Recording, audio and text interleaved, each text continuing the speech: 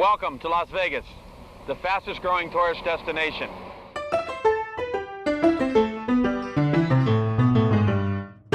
Easy money.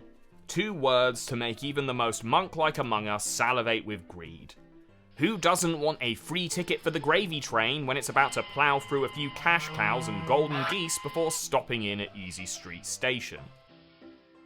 But for every gold rush, there are 50 fire sales. For every miracle cure, there are several thousand gallons of snake oil waiting to get glugged. And for every scammer, swindler, and silver-tongued charlatan, there are an army of rubes, dupes, and dum-dums who are willing to buy their magic beans. Of course, today you aren't going to flim-flam too many pigeons with a game of free card Monty. And this is good news for lazy, cack-handed individuals like myself, however, as the modern con requires substantially less effort and only enough dexterity to operate a smartphone. As Western economies become more digital and less physical, they have started to run on video game logic. Morons really do be getting rich by investing in Fartcoin.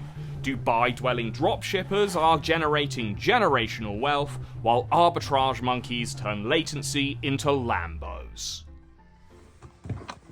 The best modern cons are automated, systematic, algorithmic.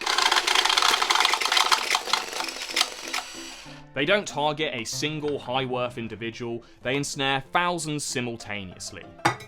Logic and the laws of financial physics are now optional. So why work a normal job when you can wall clip your way into the treasure room instead? In Slop World, the infinite money glitch isn't just real, it might be the only game in town.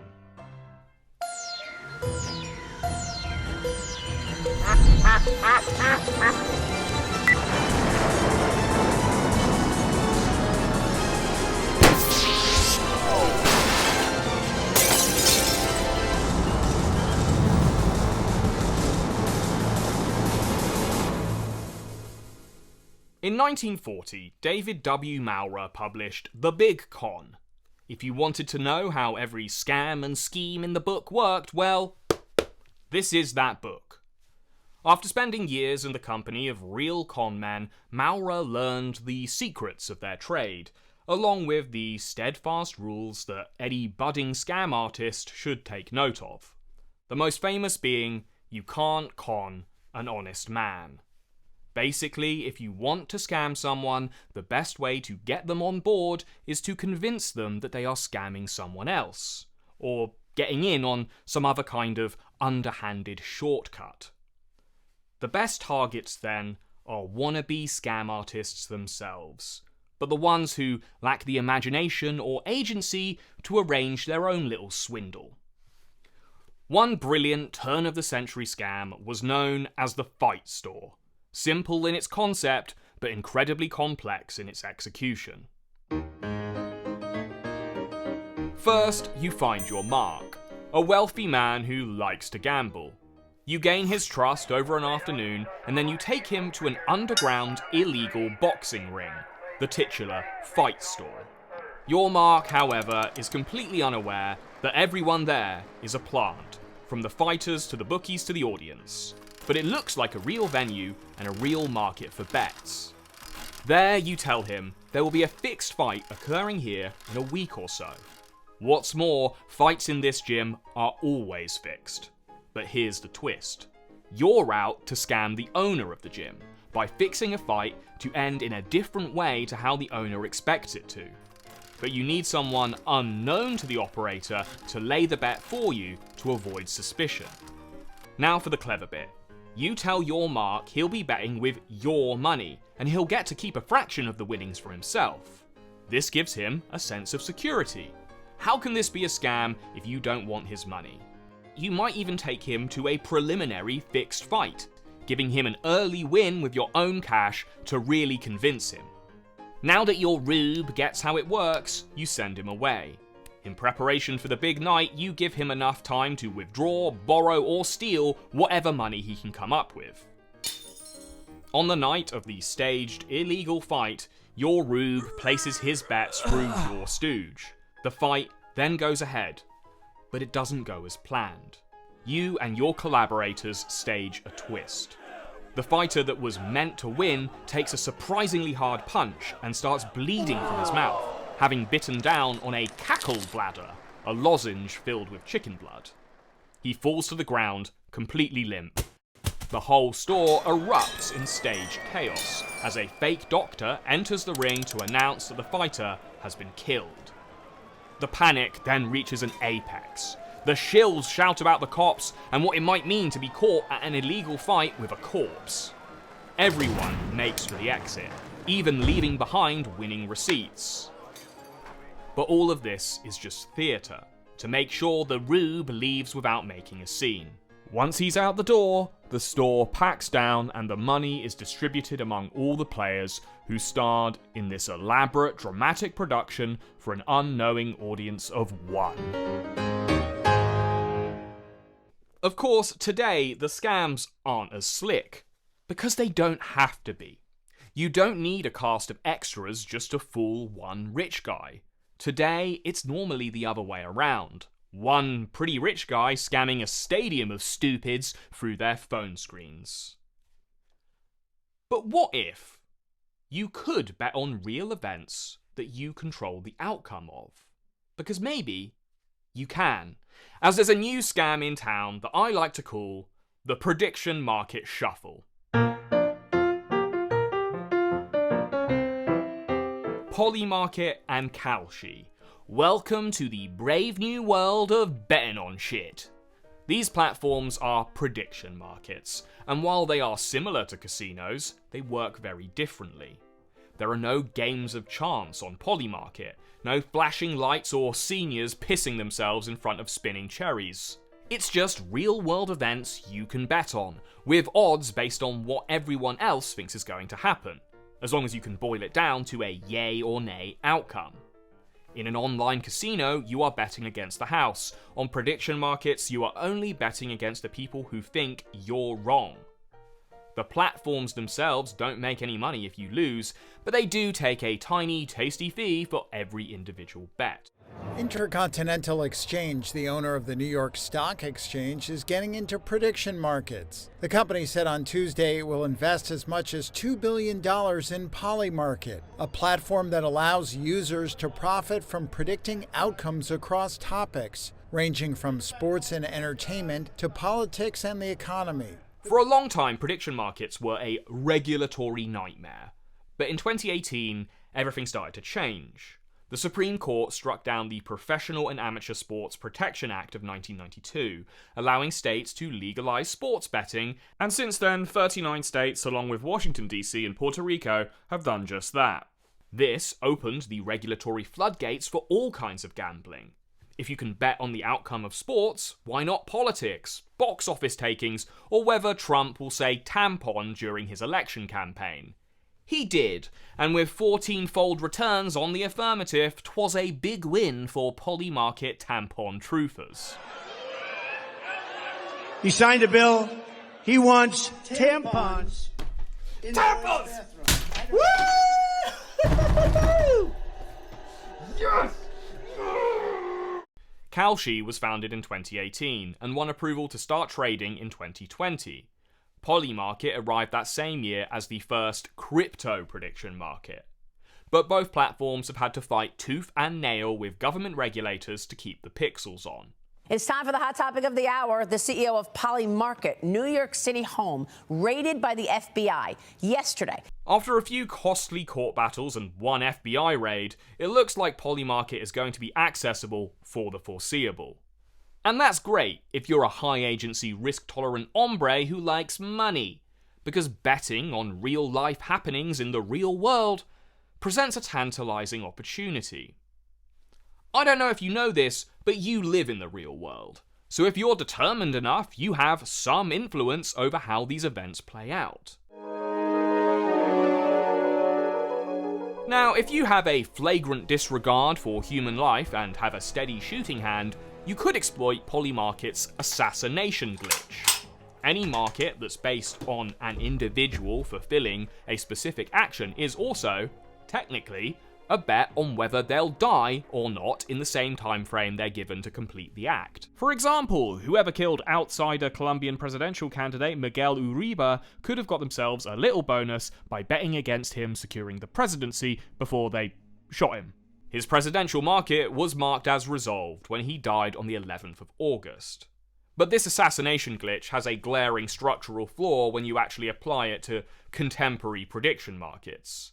You see, you'd need to target a high-profile figure, so the volume on their market is high enough to make the risk of killing them worth it. But the higher profile your target is, the higher the likelihood that the prediction market will cave to public pressure and void the market altogether in the event of his or her death. A Kalshi market on whether Charlie Kirk would run for political office by 2029 was voided in the aftermath of his assassination, with all bettors refunded. So while the assassination glitch might seem appealing in its morbid simplicity, it's actually not as airtight as it seems. If you want to do some real prediction market manipulation, you'll need to wait for a market to open on a high-profile event that you can influence without blasting fools. And if you think that seems difficult, someone may have already done it. Hayes gets blocked by Maya Caldwell. Something flies on the court, actually, from the crowd. On July 29th, 2025, a WNBA game was rudely interrupted by a lime green sex toy being thrown onto the court. Okay. Inappropriate. Get him out of here, whoever it is. A 23-year-old man named Delbert Carver was arrested for the incident. A textbook case study in Freudian castration anxiety.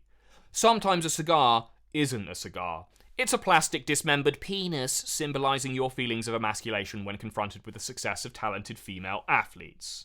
Then again, I don't really blame Delbert. I blame whoever named him Delbert. Anyway, he did what he did simply for the hate of the game, and, as he said, to go viral. In which case, consider this a half-court dagger, Delbert, you did it. But it was his copycat dick tossers who may have had different goals in mind. A second piece of silicon hit the maple on August 1st, during a Sky vs Valkyries game, after which a polymarket bet was opened on whether another sex toy would reach a WNBA court between August 4th and August 10th. Later that very day, two separate phallus-flinging incidents occurred, with spookily similar outcomes. 18-year-old Caden Lopez tossed one out during a game in Phoenix, but he failed to penetrate the borders of the court, something he was no doubt used to. Instead, he hit two spectators, including a 9-year-old girl. I mean, it's putting people in danger. Yeah. Whether we want to, discuss that or not. These are athletes who are running, they're cutting, they're jumping. Exactly right. It's inappropriate. And very unhygienic. That same day, Charles Burgess of Ohio was arrested at a New York Liberty game. He missed his shot too, hitting a 12-year-old girl instead. Both men demonstrating their shoddy free throw ability and general dicklessness in very literal fashion. Meanwhile, Polymarket was capitalizing on the publicity, opening dildo dailies for customers to bet on the individual day when the next successful toss might occur. Back on the original market, odds had risen considerably to favor a third successful shot. And by August 6th, the market was resolved when a third fake dick landed center court during an Indiana Fever and Los Angeles Sparks game. It was late in the second quarter when the object lands near Fever player Sophie Cunningham. The ref quickly stopped play and LA's Kelsey Plum kicked it off the court. The tosser was never apprehended, but speculation was rampant on Polymarket that he was among the site's prolific gamblers and commentators. After this, another market was opened based on whether another incident would occur before Friday of that week, and it reached nearly $500,000 in volume, before it was, again, resolved when a purple dildo hit the court at a Chicago Sky game against Atlanta Dream. Prediction markets are creating decentralized incentives to mess with reality, and I think the great dildo drop of 2025 may only be the first of many. So, to win big money at slots, does that mean you have to bet big money? No. For just $3, you can win millions.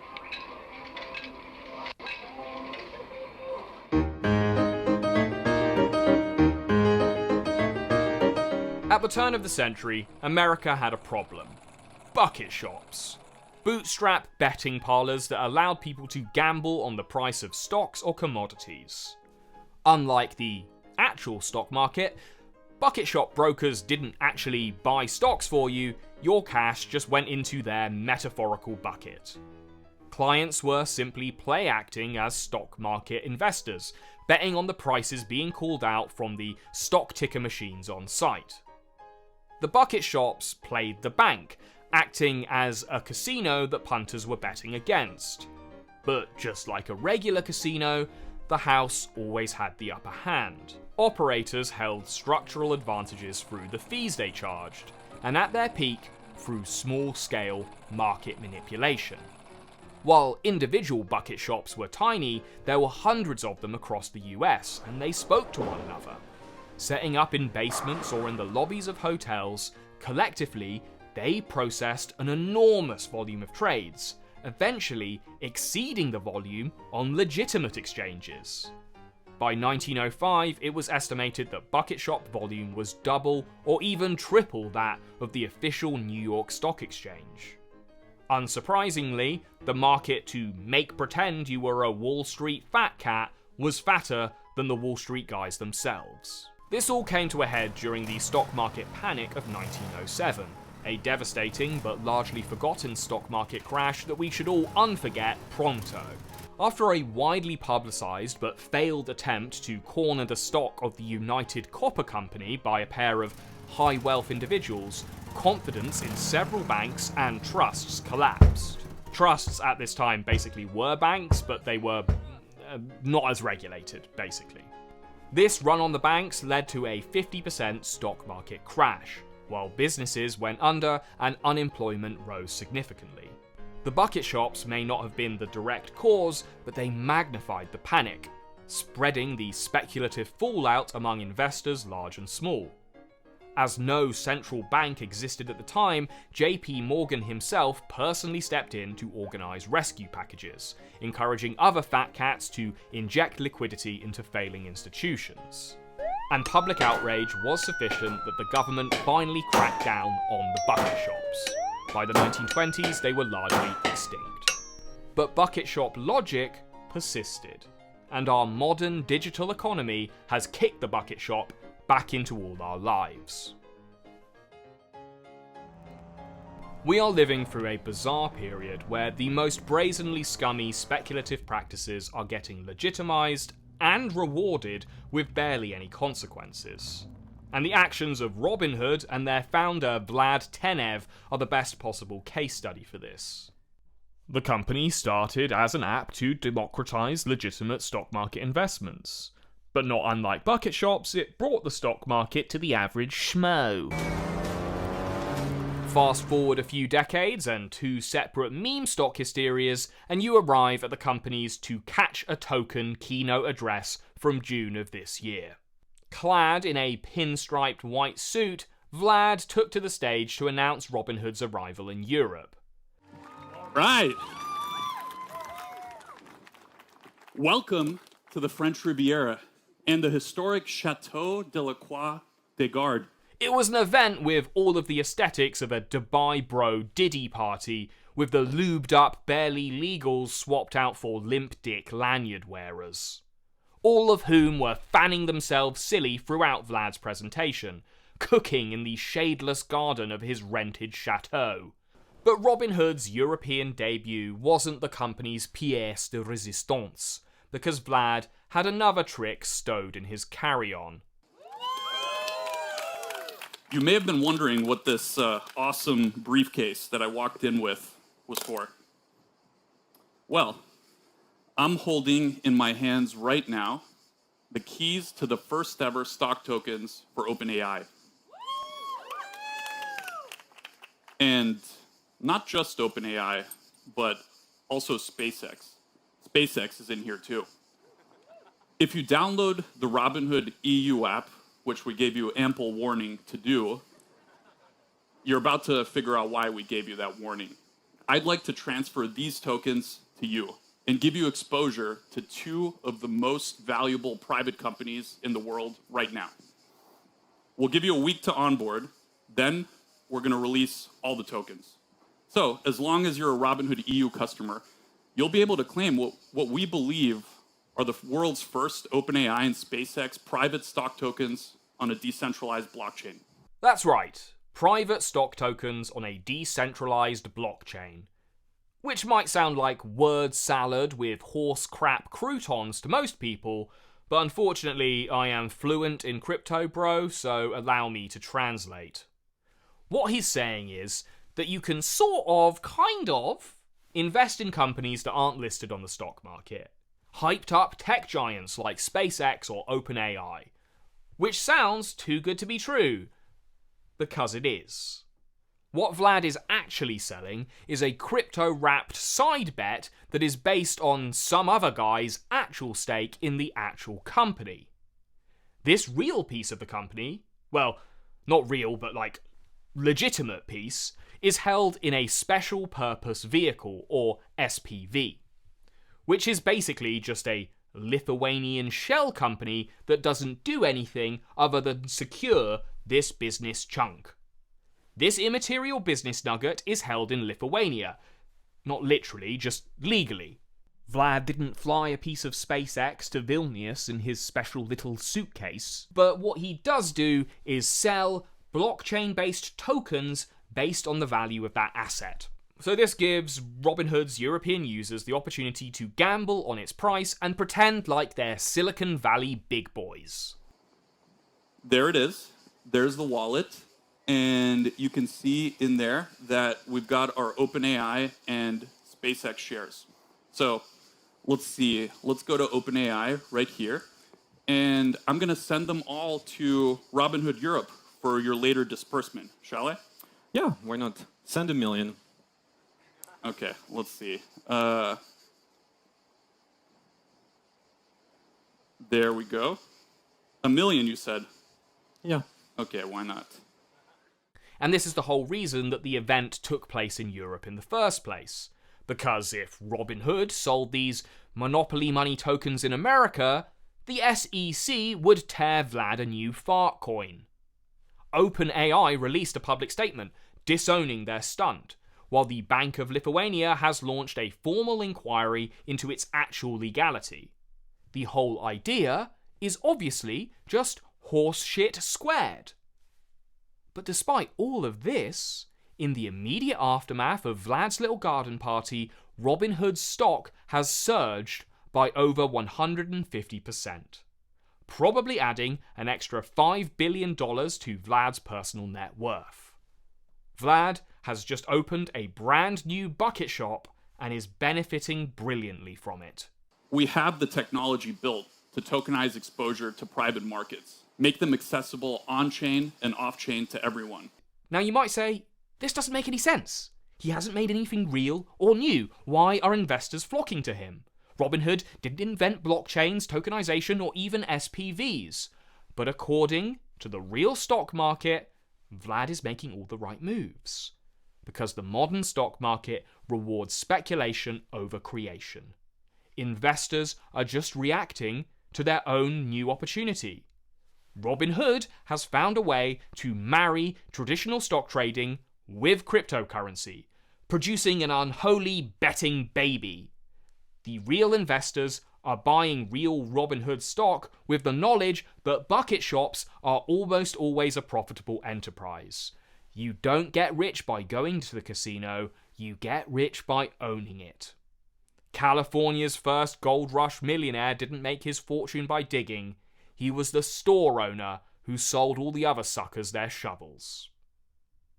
But let's take a moment to talk about a different kind of investment. Because while everyone else is chasing short-term wins, we're losing something that's worth more than any stock. That's why I want to tell you about my friends at Planet Wild.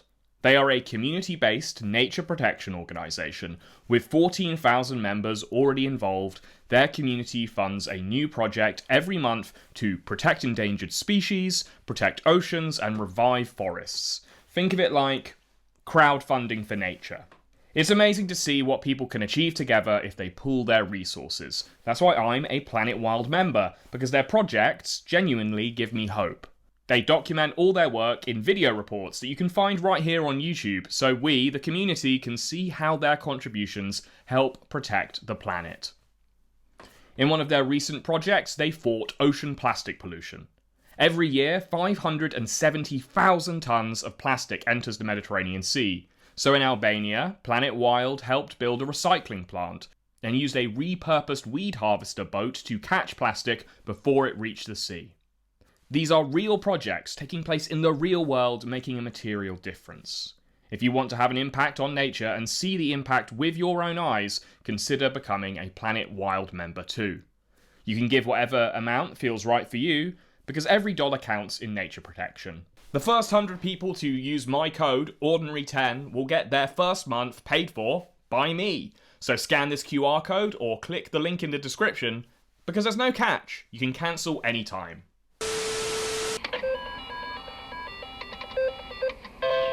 With gambling being legalized in so many different states, it's no wonder that everyone wants to visit the ultimate gambling mecca, Las Vegas.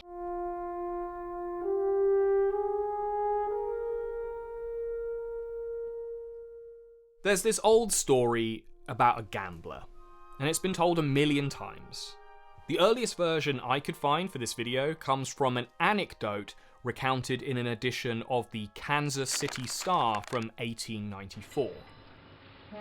A captain leaves his boat and goes uptown, while the vessel is taking on some freight. Hours later, the first mate finds the drunken captain at a game table, losing steadily at a game of faro. The mate comes up to him, taps him on the shoulder and whispers, "Captain, don't you know the game is rigged?" But the captain just sighs and rebukes him. "I know that, but it's the only game in town." He continues to play into the early hours of the morning until he's completely broke. Other versions of the story have it take place at an Old West town or replace the first mate with a worried ghost. Some more contemporary versions have it happen to Canada Bill, a legendary 19th century grifter and card player. The real origin of the tale is lost to time. Largely, I think, because the story probably doesn't have a single point of origin, as it's universal to all gamblers. The punchline bridges the gap between dice rollers and those who try in vain to make sense of their self-destructive impulses. For them, it's never about the profits. It's about the thrill, the company, and the intoxicating illusion of possibility that all games of chance let us borrow for that brief window when the game is on. It is the ecstasy of maybe. Gambling is now more popular than it ever has been in America. Red 19! Red 19! Boom! DraftKings casinos combining two things I love. Thanks almost entirely to the legalization of online sports betting. Now, most people who gamble can do so without betting this month's rent. But pathological and so-called professional gamblers are a different story. In one survey, over 20% of 18 to 34-year-olds said they knew someone with an online sports betting problem. These young men overwhelmingly represent the profit center for companies like FanDuel and DraftKings, who control 75% of the American sports betting market. A 2024 working paper found a state's legalization of online sports betting correlated with a 25 to 30% increase in bankruptcies, lower credit scores, and higher levels of debt collection. The gamblification of the American economy is partly the result of this always open casino that shines bright on your bedside table. But it goes further than that, as the stock market is falling prey to gamblification too. Apps like Robinhood and crypto culture as a whole have blurred the lines between investment and entertainment, which in turn has made the line between investment and gambling blurrier still. Today, we can all visit the bucket shop anytime we're on the can, convincing ourselves we are all Wall Street fat cats when really we are just strays in the alley fighting over the scraps that have fallen from the windows above. And that's exactly where the real traders upstairs want us, using our mangled pile of limbs and late mortgage payments to soften their fall. Whatever fall real traders might suffer from their investments, they are cushioned now by a pile of app-enabled, dumb money yokels who make their investments based on TikTok memes. Online retail traders enter into bubbles late and exit at lows, effectively subsidizing professionals who know how to time their exits. Retail trading is here to stay. As such, the bucket shop is now open 24 hours a day. Well, I was out walking in the summer heat. Thought I'd stop by 7-Eleven and grab a big gulp. Thought of a couple more things I want to tell you about the slots.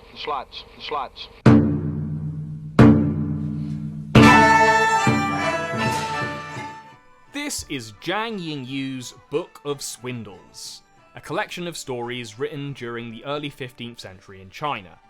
It is one of the earliest surviving texts that attempts to collate the various scams and schemes that readers should probably watch out for. The late Ming period was a time of great change for China, especially in the southeast where most of these stories take place. Commerce was thriving thanks to the influx of silver carried on Spanish ships from the Americas. This boom in trade had created a new class of freshly wealthy merchants who were always on the move and as a result became frequent targets for scammers. The Book of Swindles was written for and about these merchants who wanted to stay alert for the grifts that might come their way on the road. Or on the river. There's a lot of river-based scams in the book. Many of the scams involve seductive wealthy widows or marriage plots that handily rhyme with contemporary catfishing. In one swindle, a fraudulent matchmaker tricks a young man into believing he can set up a marriage between him and a high-class, beautiful woman that they're both observing at a party. But once he receives the dowry, the matchmaker vanishes, and the young man realizes that the woman he was interested in is both married and completely unaware that such a contract negotiation was even occurring.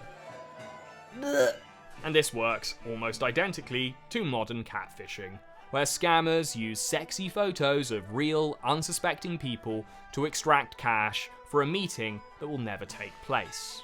Then there are the miracle monk scams, which prefigure the grifts of modern-day psychics and faith healers, as scheming Buddhist monks crafted elaborate religious ruses to part people with their hard-earned ingots. In one scheme, a rich lumber merchant is approached by a monk soliciting donations for a crumbling temple a few miles away. He makes a big show of being an enigmatic man of religious mystery, and asks for a relatively modest sum. The monk refuses to take any money directly though, imploring the rich man to visit this temple during his travels before he decides how much he really wants to give. When the merchant arrives at the crumbling temple, he is told by the resident monks that they know nothing about any travelling religious mystery man, but subtly guide him towards a deity statue that looks suspiciously like the monk he encountered a few days before. After a bit more theatre, the rich man is convinced that he has encountered the spirit of a real-life deity and happily parts with an even greater sum of silver than the monks tell him is necessary to repair the temple. Unaware, of course, that the temple and the travelling monk they'd sent ahead were in cahoots all along.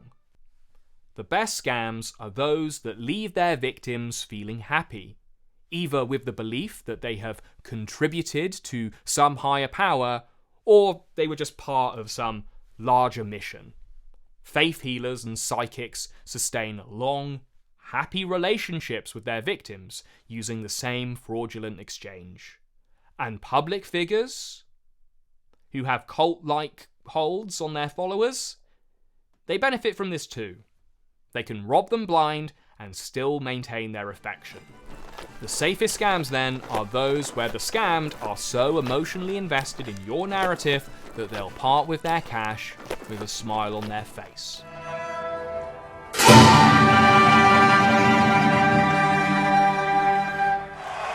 Hello, Bitcoiners. On January 17th, Donald Trump launched a meme coin in his own name, and it was launched with some old-school physical theatre, as the president invited crypto industry insiders to a ball.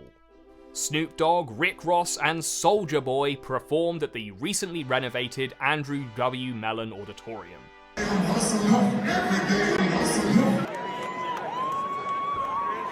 Trump himself, though, didn't attend. But just hours before, he announced Trump Coin across his socials simultaneously.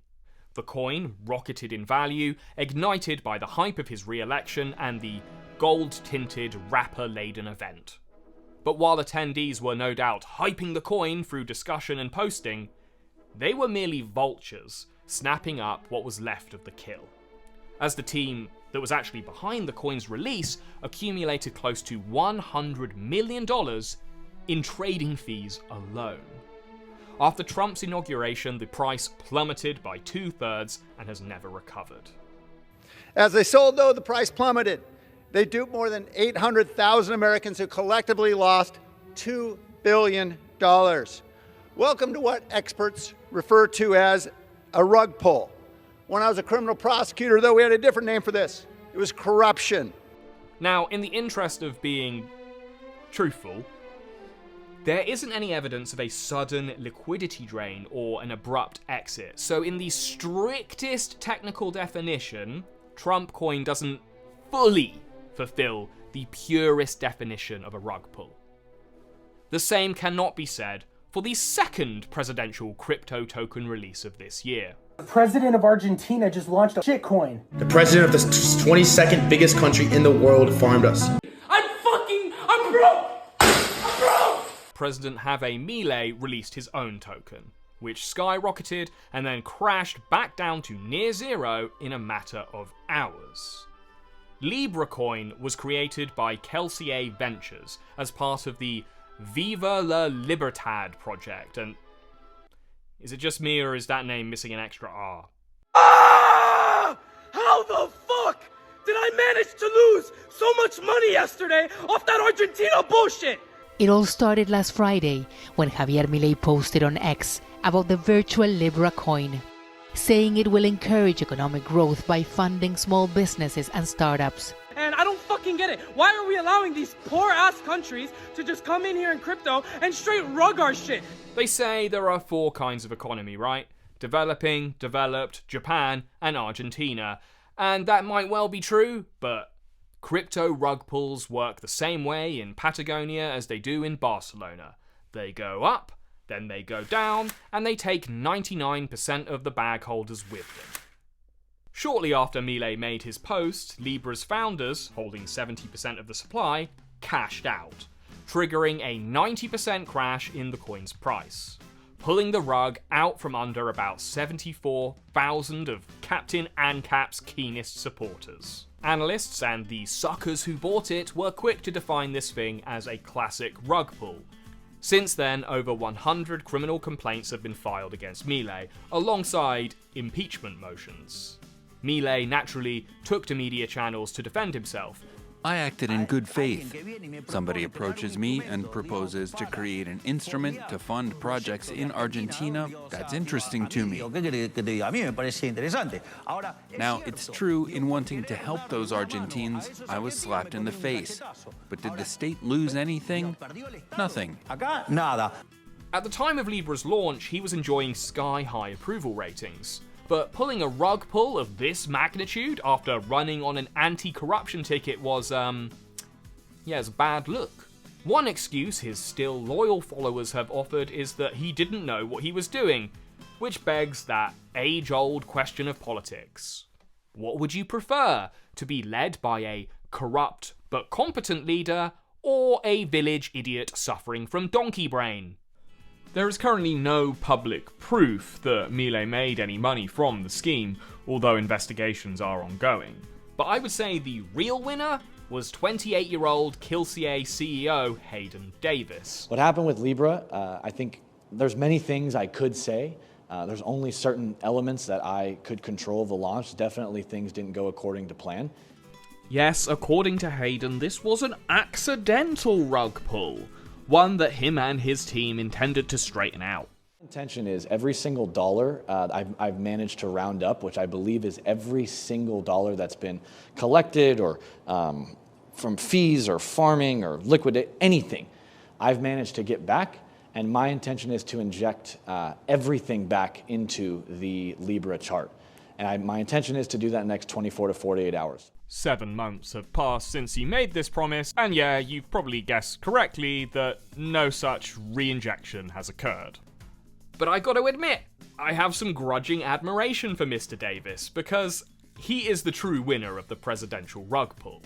He found a world leader that he could use as a meat puppet, then convinced him to take the reputational fall, and then worked from behind the scenes to secure his own 9-figure bag, all without leaving the arse imprint of his gamer chair.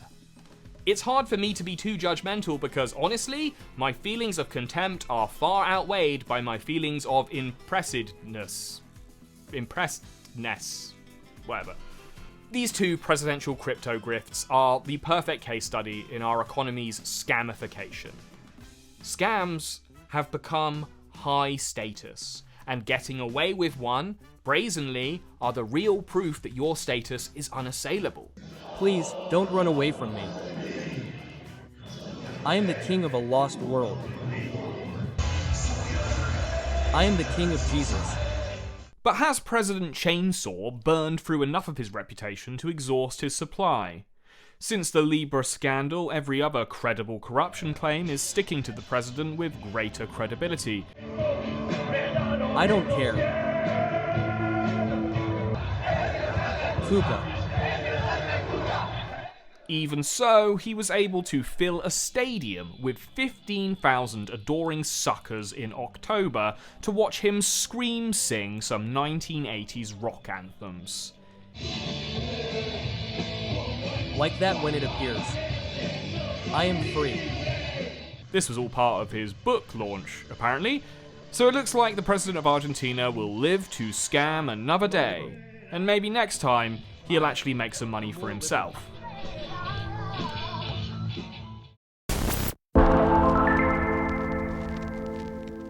Our next hustle is something I call the Hypemaxxing money funnel, also known as the Logan Paul pool hustle.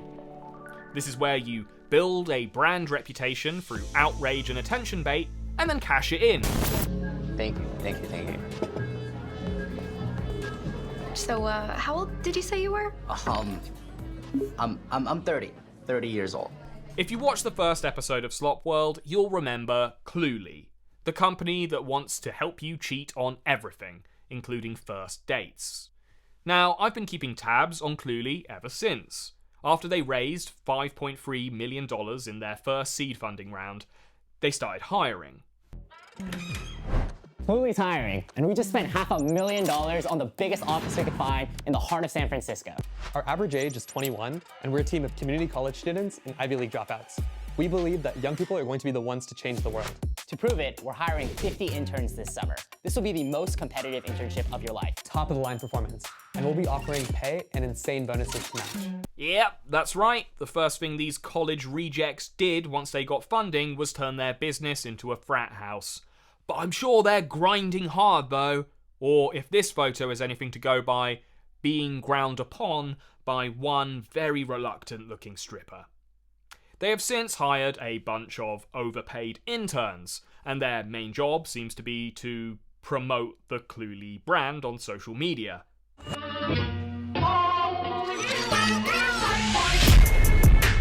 This is the kind of business that Jake Paul would start if he had no charisma, no muscles, and grew up watching Jake Paul. And yet, all the attention Cluely has generated has secured them another capital injection. $15 million to be exact from A16Z, and that's a significant endorsement from one of the most prominent venture capital firms on the planet. Yep. We independently all have 20 ideas a day that we know will go viral. And this extrapolated out over a year will literally generate 1 billion views a month. And if you're someone who thinks 1 billion views a month is not going to convert to some money, like, bro, you're retarded, bro. Go back to school, bro. Cluely is securing cash because they are securing eyeballs. It doesn't matter if their product is garbage or functionally non-existent, as long as it's breaking through to audiences. And if you scroll through Silicon Valley Twitter, you'll find a dozen other AI-themed startups attempting their own version of the Hypemaxxing money funnel. Morning, sunshine. Congrats on actually going to bed early for once. Your HRV is up. Oh, and by the way, Ukraine and Russia finally signed that peace treaty. Like this one from Natura AI, who come out of the gate with more creepy girlfriend replacement tech. You must be excited for today, huh? I don't know. I'm feeling a bit off, I guess. Oh, okay. Yeah, okay. Aw, does baby need his comfort, chatbot? I'm okay, mostly. Nothing's wrong exactly. Maybe you just need an encouraging, ethnically ambiguous fake therapist to calm your nerves. Something's missing, but I can't put my finger on what. Things might be feeling too routine, even if they're going well. Try opening yourself up to new, spontaneous moments. Or perhaps I can interest you in some frat boy stalker tech from a company called Waves. This is it. This is the spot.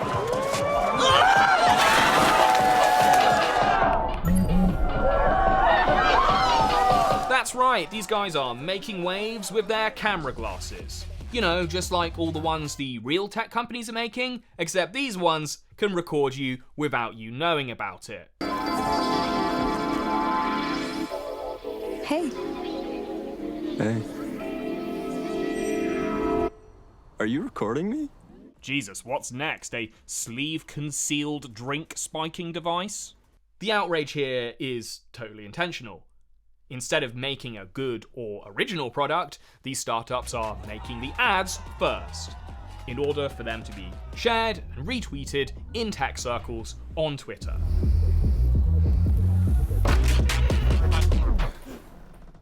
Wrong room. Get the fuck out!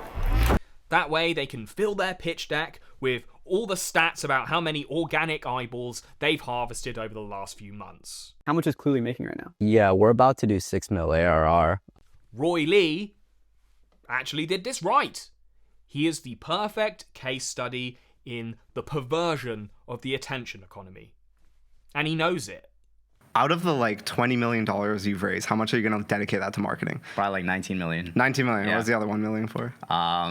I know, just like a rainy day. We consider ourselves a distribution first company where essentially we like the core thesis is if you can get 1 billion views a month on anything, it does not matter if you're selling fucking perfume or software, people will buy. In 2025, influencers seem like a surer bet than actual business builders, because in an ever digitizing market, hype has become the most valuable commodity on earth. It's the Elon Musk, Fartcoin, Jake Paul school of success. Nothing is more valuable than attention, even when it's negative. Roy Lee understands this, because he has never lived in a world where online attention wasn't the main currency.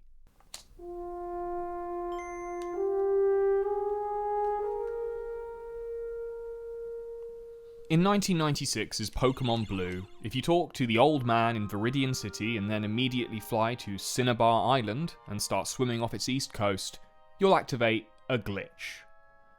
A broken Pokemon will appear named Missingo, a monolithic piece of code that isn't meant to be in the game. Fighting and defeating this glitch will magically multiply the quantity of the 6th item in your bag. And if you store your Master Balls there, the things that allow you to catch any Pokemon with ease, you'll suddenly make the game a lot easier for yourself. As a child, this was the first infinite money glitch I ever encountered, and it ruined the game for me. By instantly acquiring what I'd otherwise have to earn, it broke the reward mechanism of the game. I'd exchanged challenge for convenience, and it made the game feel pointless as a result. My stupid child brain didn't understand I could just ignore the glitch and continue to play as intended. Maybe I tried to do that, I don't remember, but what I do remember is going back to this glitch over and over again whenever the game got hard. This is the thing about easy money. Once you get a taste for it, it can make playing the game honestly feel pointless. Think about a hypothetical first trip to a casino. What's really the worst outcome? You burn through all your cash in an hour, never once feeling like you're winning, and you leave broke, angry, and baffled at the appeal? Brilliant. You never step foot in a casino again. Or maybe you get lucky. You win a couple hands, you buy drinks for all of your friends, and you have the best night of your life. You'll be back, and not just once. And it won't be long before the casino claws back every penny you won that night, and then some.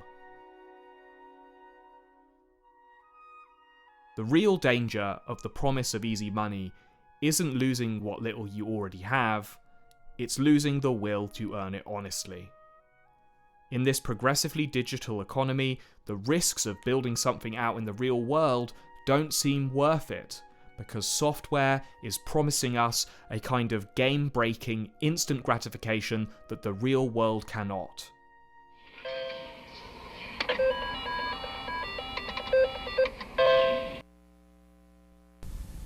If you've enjoyed this video, please look for my others at a store near you. And remember, drive careful. The life you save may be mine. Oh, and don't forget to check out Planet Wild. By joining, you'll immediately have an impact on nature and see the results in less than 30 days, right here on YouTube. If you want to see them in action right now, check out their latest project in Albania fighting plastic pollution right here.